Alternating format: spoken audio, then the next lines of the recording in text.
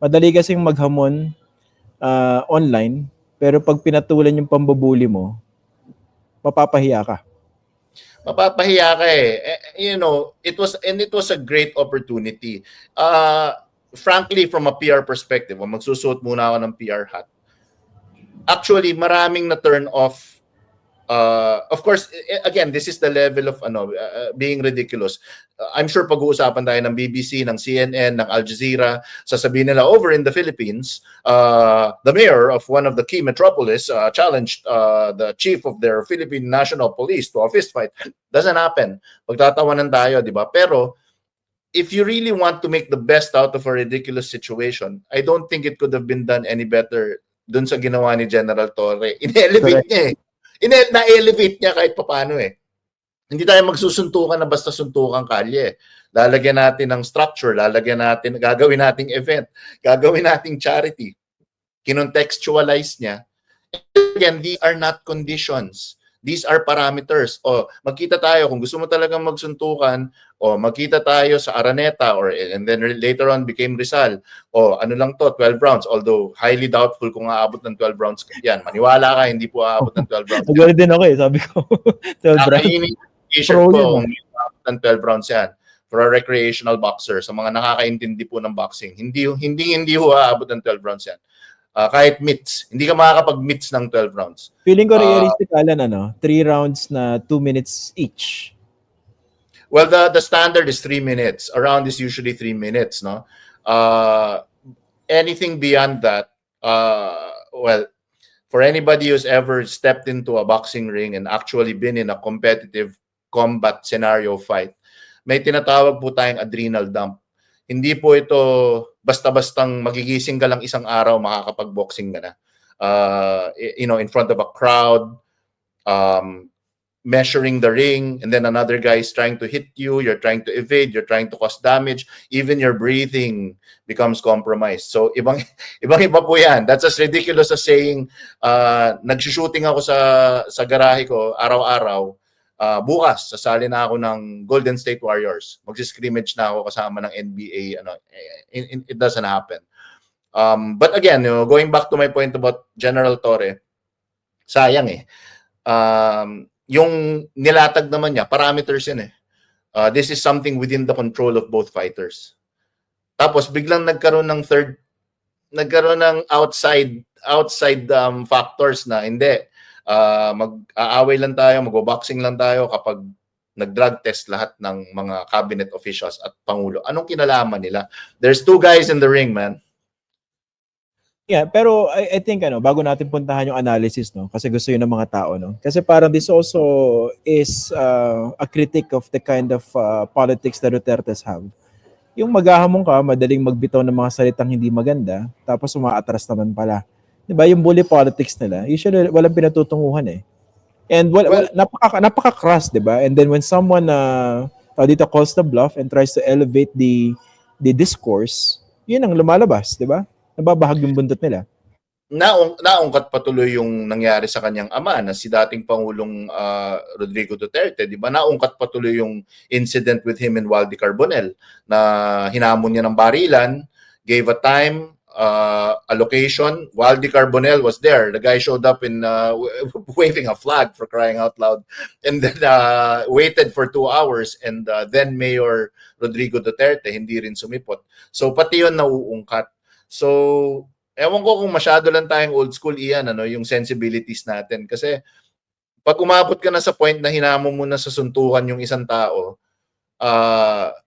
conditions are not conditions. They should be terms of reward. So it would have been better. What do I mean by that? It would have been better sana kung sinabi ni Mayor Baste, pag ako nanalo, mag-drug test lahat ng cabinet official. Yun, okay yun. Di ba? But at least show up. Don't make it a pre-fight condition. I don't know if I'm just being old school. I don't know if it's just being the Gen X in me. Pero back in our days, pag hinamon mo yung tao sa suntukan, you show up or you shut up, dude.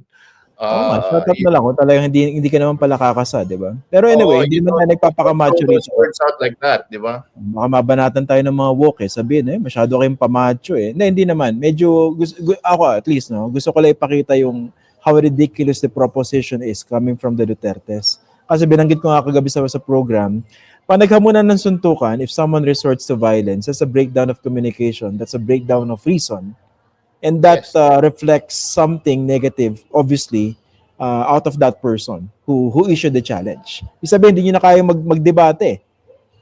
To begin with, again, it makes all the difference in the world who issued the challenge to begin with. Diba? It makes all the difference in the world kasi nanggaling kay Mayor yung hamon eh.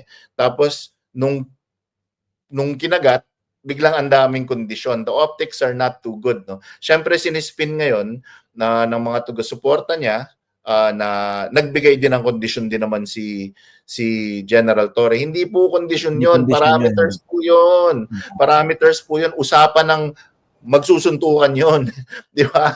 Hindi yung tara magsuntukan tayo pero magsusuntukan lang tayo pag yung ate mo nagsuot ng pulang damit. Anong kinalaman ng ate ko dito, 'di ba? Hindi 'yon. Okay. Sige. Ito na lang, pag-usapan natin, no, kung sakaling natuloy o kung matuloy man yan, no, malay mo, magkaroon, baka tablan sa medyo kahihiyan na tinatanggap na ngayon sa social media, di ba? Assuming matuloy yan, no, pag-usapan natin, tale of the tape. So basically, youth is on the side of Baste Duterte, 55 years old na si General Torre, and alam natin yan, di ba, 37. Alan, na boxing is a young man's game. A young man's game. Tapos kaliwete pala si General Nick Torre, no? Nakita ko sa sa meetwork niya. So kaliwete, that is a big yan.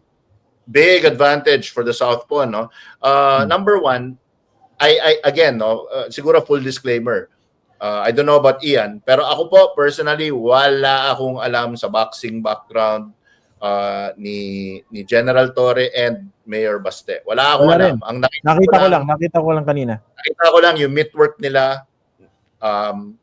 I have my comments, but let's just say may comment ako isa. Hindi, masyado kang mabait eh. Huwag mo na i-PR, tapatin mo na. Ako, ang honest opinion ko sa meetwork nila, matulis sumuntok si General Torre. Alam mo, meron siya, and downwards. Knuckle, nagtitwist. Yeah, knuckle. So he does the pronation. You call that pronation. He punches downwards. Nagtitwist. Tapos, hindi ka tulad ng suntok ni Abalos na arm punches. Sa kanya, galing sa... Nabanatan na naman si Abalos. Galing sa hips. Diba? Yes, hip action. Yes. Okay. Pero obviously, may edad na at mga walang ensayo sa boxing in particular. Kasi kahit gano'n ka ka-fit, no? Kahit nagmamarathon ka, iba yung body mechanics ng boxing. So medyo hinihingal, alam mong medyo may konting gigil. Pero alam niya yung principle, di ba? Although based on that meetwork, hindi pa nagko-cooperate yung katawan. Pero doon sa nakita ko meetwork ni Baste Duterte, medyo mukhang mabigat yung suntok, pero hindi natin malalaman kasi may difference yung bigat at saka sakit ng suntok eh. Mukhang mabigat yung dating sa pads, di ba? Pero hindi mo alam kung talaga matulis yun. Well, there's a lot of factors that will dictate meetwork, no? Kasi meron tayong din tinatawag na salubong. The trainer could also be meeting your punches and hitting it on the meaty side. So para tumaas yung ego mo. Oo, parang ang lakas, di ba? Ginagawa ng mga Ilorde trainers ko yan para balikan sila at mas malaki yung tip. Pero again, no, the thing here is the natural advantage usually would go to the heavier fighter. If we're talking about recreational fighters, the natural advantage should go heavy. From my estimation, just from the way I see it, sa tingin ko si General Torre nasa lightweight siya. I think he's about 155 pounds, I would estimate. He's probably 5'7", 155. I've seen him in person twice. Pero hindi ko ma-estimate yung tingin ko mga 155 siya. Hindi ko pa siya nakikita in person actually. Si Baste para mas malaki, no? Para malaki. Middleweight. I'd put him at light heavy. He's probably 170 pounds. And listed height niya 5'8". So 5'8". So kahit mo ba mas matangkad sa'yo? Matangkad si Alan eh. 5'9" kaya 5'10". I'm a 6-footer, brother. 6-footer ka? Yeah. Ako actually, 6'1" ako dati. Kaso totoo pala yung kulam. Nakulam ako eh. Naging 5'7" ako eh. Nangyayari pa rin. Mag-iisip mo na lang isang araw. Ang gulat mo. Yung pantalon ko, di ba? Parang, ano nangyari sa pantalon ko? Ba't ang haba? Mahirap. Kaya, alam mo, iwasan mo yung kulam. First of all, iwasan mo yung kulam. The heavier fighter would normally win, but we're talking about people who are training and who do this consistently. Ibang-iba po yung recreational boxing. Tandaan po natin. Ito para sa mga nagsasabing, ito, lalo ikaw, Christian, target ka, di ba? You're one of the 3 toxic masculine guys on the internet, sabi nila. Ikaw daw yung poster boy for toxic masculinity. Baka maniwala sa'yo dyan. Oo, poster boy ka ron ng toxic masculinity. Ito ba yun? Nagmamango juice? na may payong. Nakastol payong pa. Wala lahat ng street cred. Ito baka maano pa to baka ito pa yung Fox First Rewind na soundbite ko remember, men in general always overestimate 3 things. Always overestimate 3 things. They think they can fight better than they actually do. They think they can drive better than they actually do. Tanungin mo yung typical guy, tingin nila kaya nilang pumasok sa F1 car tapos mag-F1. Tingin nila ang galing-galing nila mag-drive. And the third is they think they're better lovers than they actually are. It's always that. Men will always overestimate their ability to fight, drive, and be intimate. So, concentrate tayo ngayon dun sa fighting side. Believe me, for those who have never actually entered into a competitive combat situation, it is night and day. Maniwala po kayo, hindi yan yung makikipagsuntukan ka lang dahil napikong ka dun sa lasing sa kalye. Hindi po. There are levels to this game. Yun yan. Tsaka, yun yung una ko naisip, no? Nung naghamon na ng suntukan, if you want to do it properly, ako hinamon, sabihin ko, patulang kita, pero maganda siguro sa ring para walang demanda. Tsaka gawin natin charity event. Pero para realistic tayo, give us at least 2 weeks. Mag-train lang. Actually, kung talagang gustong madaliin, di ba? Pero dapat yan 2 months Para hindi naman, kasi eto lang, no? Pwedeng macho-macho yung kwentuhan pag hamunan, di ba? Pero pag nasa ring na, mukha ng gago. Kasi, kung saan nagagaling suntok. And again, honestly, and I'm speaking, baka sabihin ng mga ating mga commenters na nagmamarunong ako or feelingero. So I'm going to name names. Now, I've cornered 2 fights. I've actually cornered and trained 2 fights. One of them was Nico de Heinen, and the other, Dutch guy yon. He's a Dutch guy. I cornered him. I trained him, and then I cornered for him. And then the other guy is Robert Baranda. Shout out, Triborg. Robert the Triborg Baranda. I cornered for him. Honestly, if I have only 1 week, hindi ko na nga ipag-mimits Sa totoo lang, 1 week, your only concentration is cardio.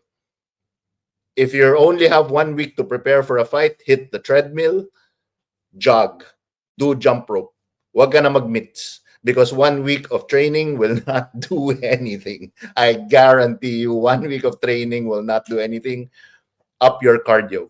It's a cardio game. So yun yung medyo equalizer. Going back to tail of the tape, that's what can possibly equalize the fight for General Torre because I would think he's in better shape than Mayor because Mayor, alam mo naman, there's talk. I don't know him personally, of course. I don't know his habits or his lifestyle, but there's talk that he's a late riser. He sleeps late. He likes he drinks alcoholic beverages. I think he's a smoker. I'm not sure, but you would think that cardio is the great equalizer. Okay. Ito yung isa ko naisip, Alan, no? So, ang realistic dyan, 3 rounds, no? At saka, ordinarily kasi 3-minute round yan, no? Pero sabihin natin 2 minutes na lang para medyo realistic.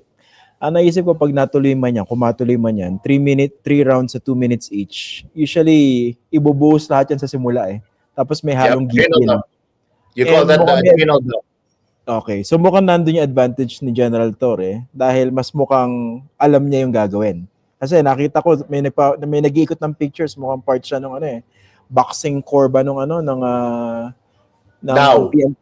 Dow. Hindi ko alam kung totoo, no? Pero anyway, kung ikaw mas naintindihan mo yung game itself, no? Hindi ka makikipagsabayan, hintayin mo mag-expend ng energy yung kalaban mo na parang bakulaw, wag ka lang, hindi ko sinasabing bakulaw si Basta, no? Pero generally sa laban, no? Yung mga haymakers, wag ka lang magpapatama.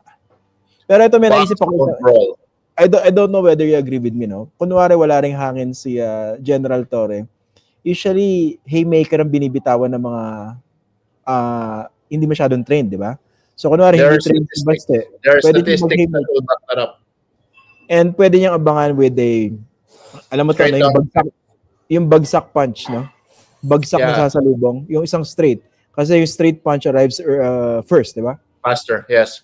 So, to Ian's point, especially pag ang laban ay orthodox versus southpaw, dalawa po ang binabantayan dyan. You look at the hand game. Kasi usually pag orthodox versus orthodox, mirror image kayo. So, ang weapon mo dyan, you pump the jab. Very effective. But if you're fighting against a southpaw, if you pump the jab, it's hitting your straight. The straight can come back at you. Yun yung problema. So, dalawang tinitignan pag orthodox versus southpaw. Tinitignan mo yung hand fighting. If you notice, boxers paw a lot. Pag orthodox versus southpaw, they're pawing their opponent's hand. And ang pinakatitignan mo dyan, outside foot, outside lead foot. He who controls the outside lead foot wins the fight because you're getting out of the power punch and then you can deliver your rear punch.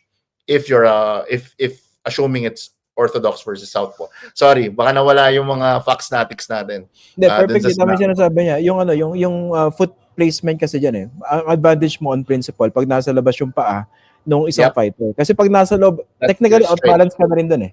Although meron mga Yes, and- nakakasilap doon ah. May mga nakita ko mga knockouts before in previous fights. Nasa loob yung paa nung naka-knockout eh o nakapagpabagsak. Maraming And- factors pero generally that's a principle. What you're naririnig nyo siguro to when you watch boxing or other combat sports, ang tawag dyan center line. You have to keep your head out of the center line. So if anything's coming back your way, you're out of the center line and then you can deliver your own rear punch. So yun po, talagang nag-boxing analyst na si Alan.